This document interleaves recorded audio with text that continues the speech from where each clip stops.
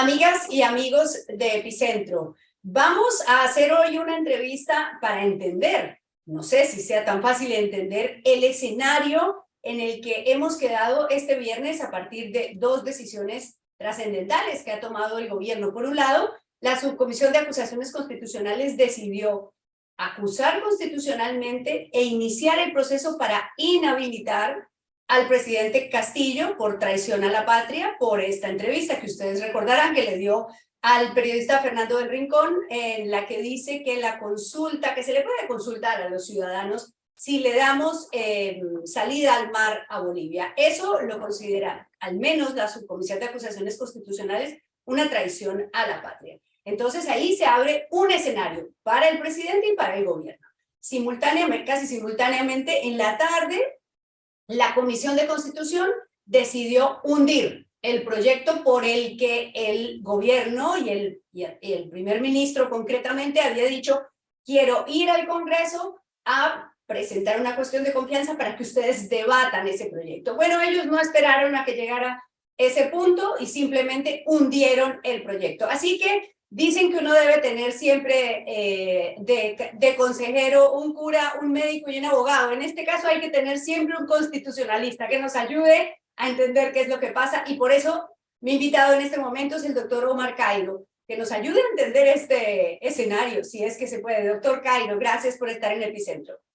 Gracias a ti, Clara Elvira, a tus órdenes. Bueno, ¿por dónde empezamos? Empezamos por la traición a la patria. ¿Cómo ve usted esa decisión? ¿Cuál es el camino? ¿Pueden destituir, suspender, inhabilitar? ¿Cómo es que funciona esto? ¿Cuántos votos necesita? Así en manzanitas para entenderlo. Sí, lo que ocurre es que hay un procedimiento que se llama denuncia constitucional que conduce a dos mecanismos: el antejuicio y el juicio político. El antejuicio es un procedimiento, es un mecanismo para habilitar al Poder Judicial a que procese al presidente por 4 delitos: traición a la patria, cerrar el Congreso, impedir el funcionamiento de los organismos electorales o no convocar elecciones. Cualquiera de esos 4 delitos que cometa el presidente, antes de ser procesado durante su mandato, tiene que pasar por un trámite del antejuicio. La Comisión Permanente lo acusa ante el Pleno y el Pleno, por una mayoría de más de la mitad del número de congresistas restados de la Comisión Permanente, aprueba el antejuicio y la fiscal de la Nación está obligada a acusar al presidente, en este caso por traición a la patria, para que el Poder Judicial lo absuelva o lo condene. Ya, durante el trámite. Hagamos aquí pausa. Entonces, para que lleguemos a ese punto, si es que eso ocurriera, vamos viendo el escenario. Entonces, ya lo aprobó la Subcomisión de Acusaciones Constitucionales.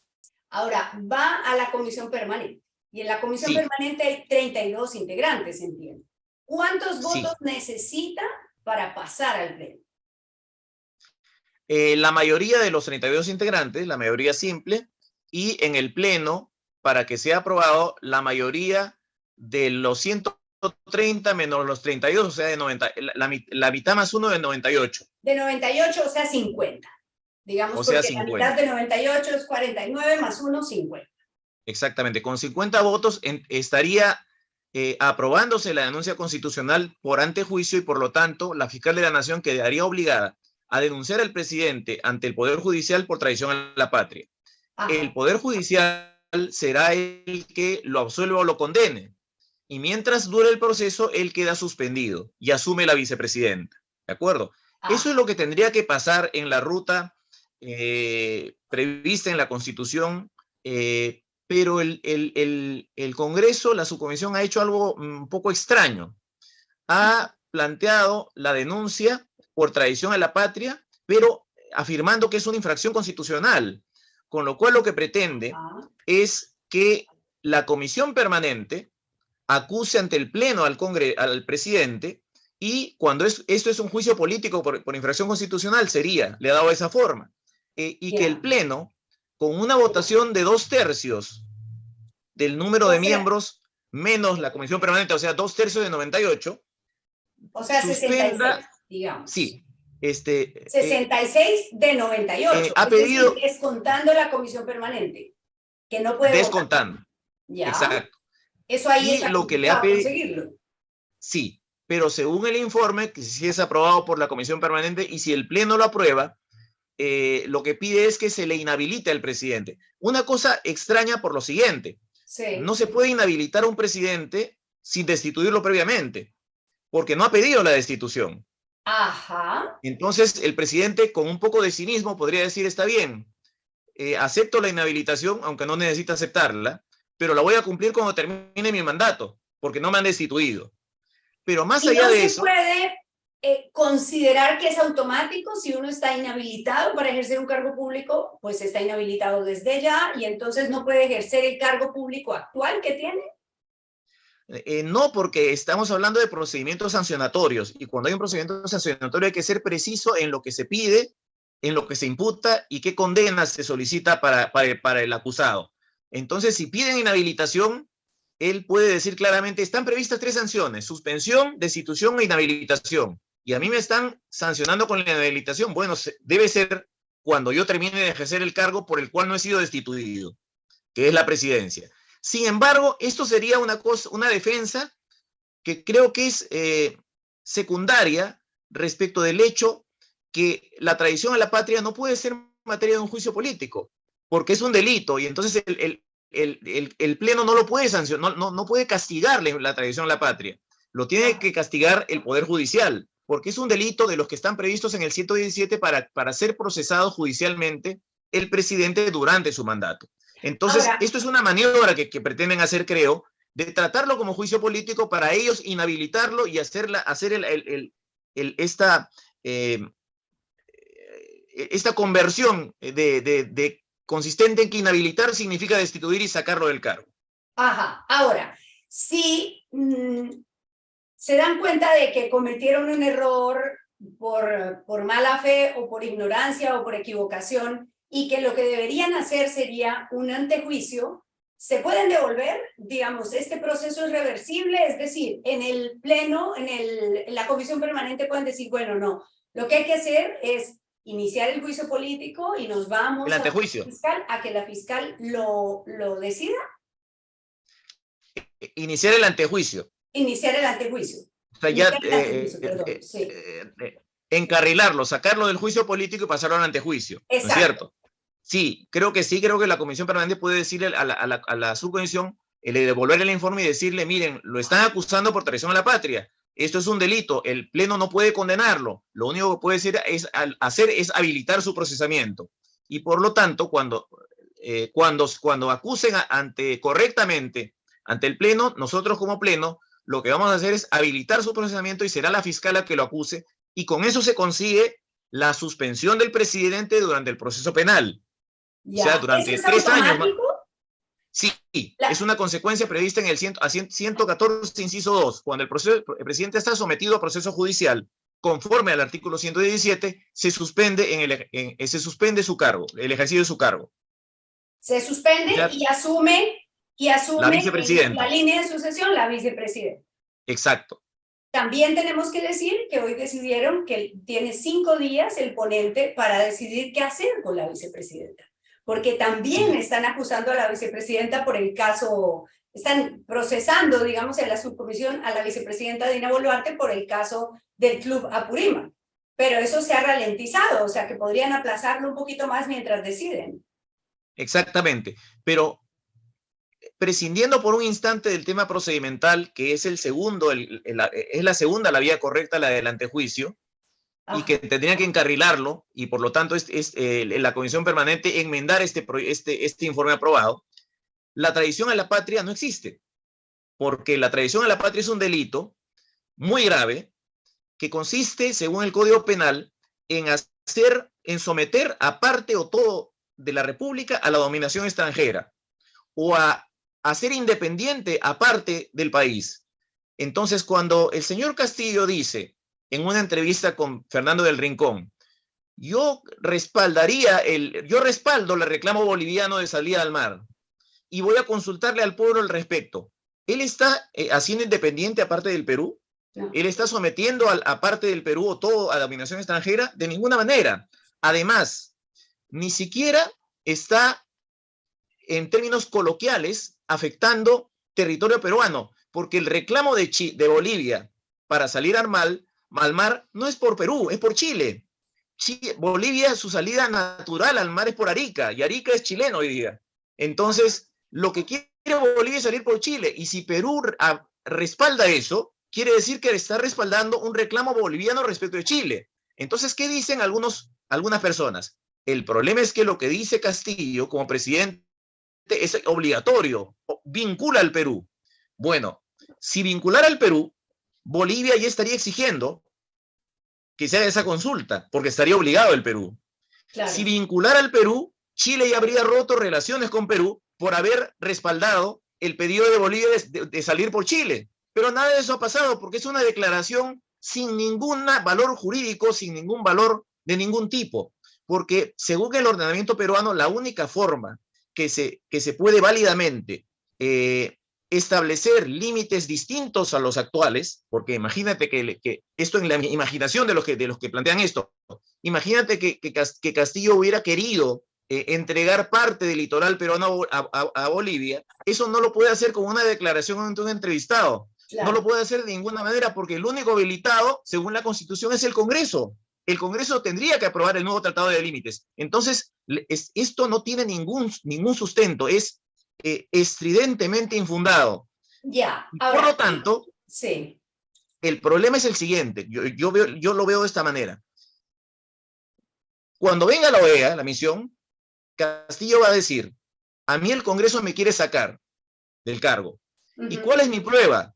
Miren el procedimiento con el cual me están queriendo suspender o inhabilitar por traición a la patria en base a una declaración que yo he hecho ante un entrevistador. Si eso no es intento de golpe, ya no sé qué cosa sería un intento de golpe. Él puede decir eso. Y lo puede decir a pesar de que yo no creo que el Congreso tenga una intención de golpe. Es una torpeza monumental lo que ha hecho. Sin embargo, luce como un intento de golpe. Si a un presidente tú le imputas ser traidor a la patria, que es algo gravísimo, que está descrito como someter al Perú a dominación extranjera o aparte del territorio, y tú dices que él ha hecho eso cuando declara que apoya un reclamo boliviano contra Chile, entonces la apariencia va a ser que en efecto hay un intento de golpe. Por eso es que creo que es un error gravísimo el que ha cometido en términos políticos, además del error jurídico, el Congreso al aprobar este dictamen, este informe. Sí. Ahora, si pensamos que la fiscal de la Nación es una jurista y que ellos deciden enviarle el caso a la fiscal de la Nación y ella piensa como usted y dice, bueno, la verdad es que aquí yo no veo delito, no veo traición a la patria. ¿Ella puede no acusar o está obligada a llevar el caso a la Corte? El artículo 100 de la Constitución le obliga a acusar. Ajá. Lo que ocurre es que a los jueces de la Corte Suprema no les obliga a condenar. Yeah. O sea, pero el proceso es largo. O sea, al cabo de 2 o 3 años, de repente, lo más probable es que el Poder Judicial diga es inocente. Pero ya va a haber gobernado Dina Boluarte 3 o 4 años, o de repente quien reemplace a Dina Boluarte. Entonces, con esta suspensión lo que se hace es sacar a Castillo del poder vía suspensión. Ya. Bueno, entonces ese es el escenario del presidente de la traición a la patria, que está bastante claro para mí, pero bueno, porque llevo todo el día pensándolo, pero ahora ha ocurrido el otro caso, que es que la Comisión de Constitución, primero el Congreso le había dicho al señor Aníbal Torres, no, yo no lo tengo que llamar a usted porque ya la cuestión de confianza no se puede hacer por las funciones digamos, cuando se trata de las funciones propias, constitucionales propias del Congreso. Entonces, Aníbal Torres le insiste y ellos dicen, bueno, para que deje de molestar, me imagino, vamos a debatir este proyecto que es el que quiere Aníbal Torres que debatamos y lo hundimos de una vez. Y eso fue lo que ocurrió. En la Comisión de Constitución acaban de, hace un rato esta tarde, rechazaron ese proyecto. Entonces nos quedamos empantanados, digamos, estamos prisioneros de una presión entre uno y otro y no hay una salida en este punto de la cuestión de confianza. Bueno, creo que en el tema del juicio político o antejuicio, según como se resulte planteado por traición a la patria, creo que ahí estamos empantanados porque hay una infracción grave de disfrazar de traición a la patria a una declaración coloquial. En cambio, en el de la cuestión de confianza, creo que el círculo se cerró. y te voy a explicar por qué. Aníbal Torres presenta una comunicación al presidente del Congreso y le dice, yo le pido que me permita acudir para presentar una cuestión de confianza en respaldo de la solicitud de aprobación del proyecto de ley de la derogación de la ley 31355. Le dice, le pido ir a plantear la cuestión de confianza. Entonces, hasta ahí no había planteado la cuestión de confianza. Sin embargo, el presidente del Congreso, y ahí comienza a confundir las cosas y a generar efectos no queridos de repente, el presidente del Congreso, en nombre de la mesa directiva, le dice, su petición no es atendible, e invoca el artículo del reglamento que habilita a la mesa directiva a rechazar las cuestiones de confianza. Entonces le está diciendo, usted no puede venir a plantear la cuestión de confianza, con lo cual se le está denegando de la manera más clara, porque le está diciendo, ni siquiera vamos a mirar lo que usted trae.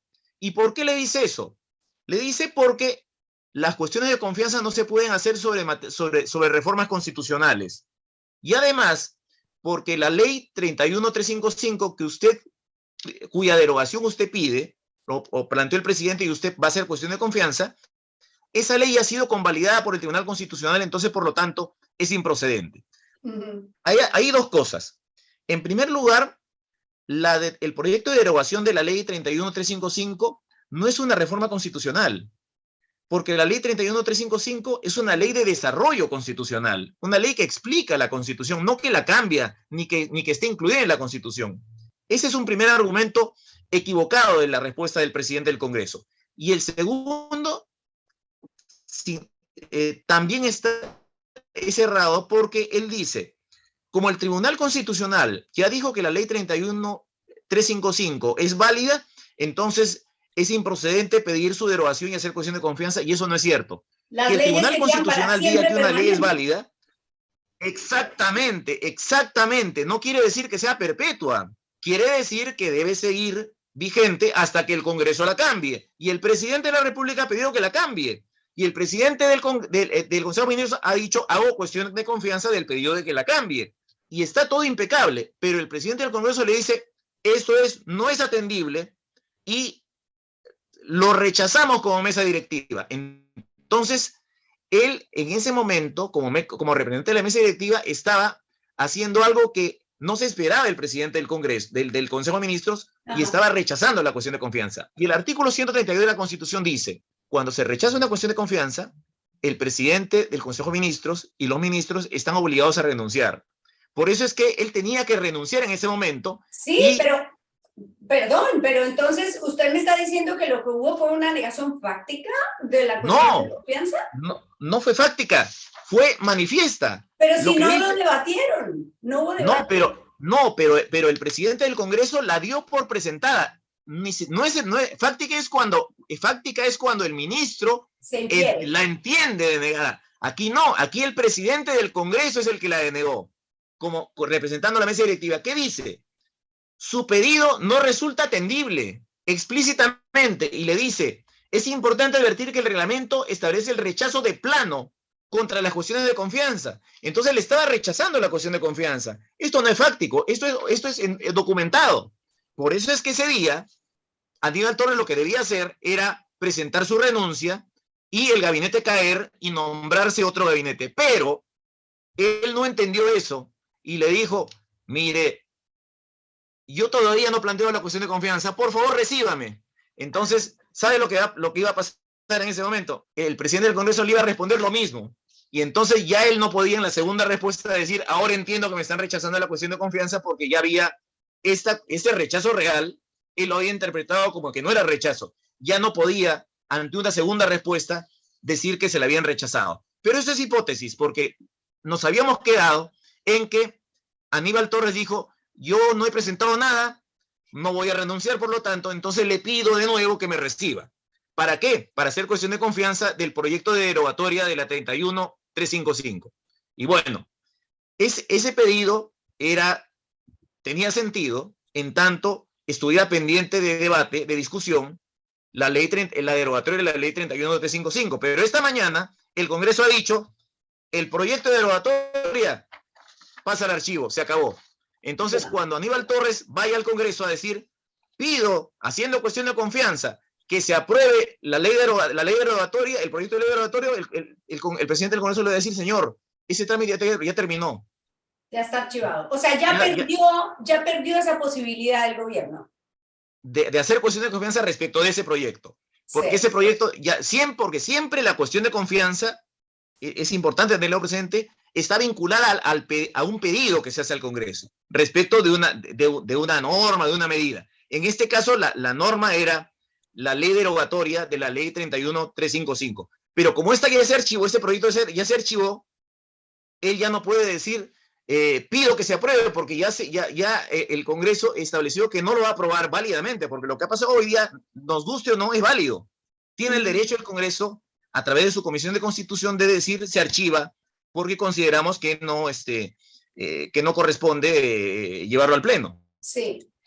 Parece como que todos están haciendo jugaditas a ver quién le gana en audacia y en malicia al otro, y nosotros los ciudadanos nos quedamos en la mitad, empantanados. Claro, Elvira, yo no creo que tanto, porque eso significaría tener una capacidad estratégica, no sé, propia Bueno, sí. de Bobby Fischer y de Boris Spassky. Y yo creo que esto es de casualidad. Esto es de casualidad. Es decir, el jueves, Aníbal Torres pudo decir, yo recibo este rechazo y renuncio. Y en ese momento, Castillo hubiera nombrado un nuevo gabinete que hubiera planteado al Congreso una cuestión de confianza obligatoria, porque lo tiene que hacer al iniciar su mandato, el nuevo presidente del Consejo de Ministros, pidiéndole algo inaceptable. Por ejemplo, pido que se apruebe una ley de matrimonio entre personas del mismo sexo. Yo no me imagino Renovación Popular aprobando eso. Claro, Entonces claro. le iban a decir que no al segundo gabinete, que hace cuestión de confianza ese pedido, y disolvía el Congreso. Pero no lo hizo. Yeah. Más bien lo que hizo fue desmontar la denegatoria y decir, no me han denegado nada, por favor quiero ir a sustentar. Y al día siguiente que dice eso, el Congreso, la Comisión de Constitución le dice archivo, entonces ya no tienes nada que sustentar, y por lo tanto ni te denegamos ni te aceptamos, simplemente te comunicamos que ya el objeto de cuestión de confianza ha desaparecido. Ni acepto Entonces, ni rechazo, sino todo lo contrario. No tanto como eso, exactamente, ya no necesito responder. Claro. Y tú no puedes considerar denegado algo que es imposible, porque ahorita sí es imposible plantear cuestión de confianza del proyecto de derogación de la ley 31355, porque ya terminó su trámite. Sí. Entonces, lo que puede pasar es que, claro, la cuestión de confianza es un instrumento que no está vinculado solamente a esa ley. De repente, lo que puede hacer, y en este momento has abierto una puerta para vislumbrar lo que puede pasar esta noche. De repente, el presidente de la República, como él ha dicho, yo voy a dar una respuesta contundente. De repente presenta un proyecto de ley completamente inaceptable para el Congreso, en su contenido, y a su costado, Aníbal Torres dice, pido acudir a hacer cuestión de confianza de ese proyecto. Eso puede ser. Sí. ¿Tiene que ser explícito el pedido de que lo citen para eso, o puede pedir ir a hacer un pronunciamiento ante el Congreso y cuando llegue darles la sorpresa de la cuestión de confianza, como ocurrió, digamos, con Salvador del Solar, o tiene que ser explícito? No, él puede acudir al Congreso en cualquier momento. Cualquier momento. Con los derechos, artículo 129 de la Constitución, en cualquier momento, y decir, está ustedes tienen pendiente de aprobación, de discusión un proyecto de ley, pido que lo aprueben y hago cuestión de confianza en ese pedido. Y se retira. Muchas gracias, está en sus manos aprobarlo o no. Pero sepan que si lo desaprueban, me están sacando del cargo por disposición del artículo 132 de la Constitución. Bueno, qué enredo, qué galimatías. Vamos a ver cómo se desarrolla esto. Esperemos el pronunciamiento del presidente, doctor Cairo. Gracias por sus luces, por ayudarme a entender esto que está muy complicado. Espero haber sido claro dentro de lo confuso que está el panorama. Más por este diálogo de sordos que hay. Sí. Creo que los actores hacen cosas sin saber las consecuencias de lo que están produciendo. Sí. Y el resultado es el que tenemos hoy día. Bueno, que hagan un curso extra rápido de Derecho Constitucional peruano los señores de la OEA que vienen la siguiente semana para entender lo que está pasando. Muchas gracias, doctor Cairo. Y a ustedes, Gracias, Clara gracias por Elvira. acompañarnos, por estar siempre ahí en Epicentro. Hasta pronto. Gracias.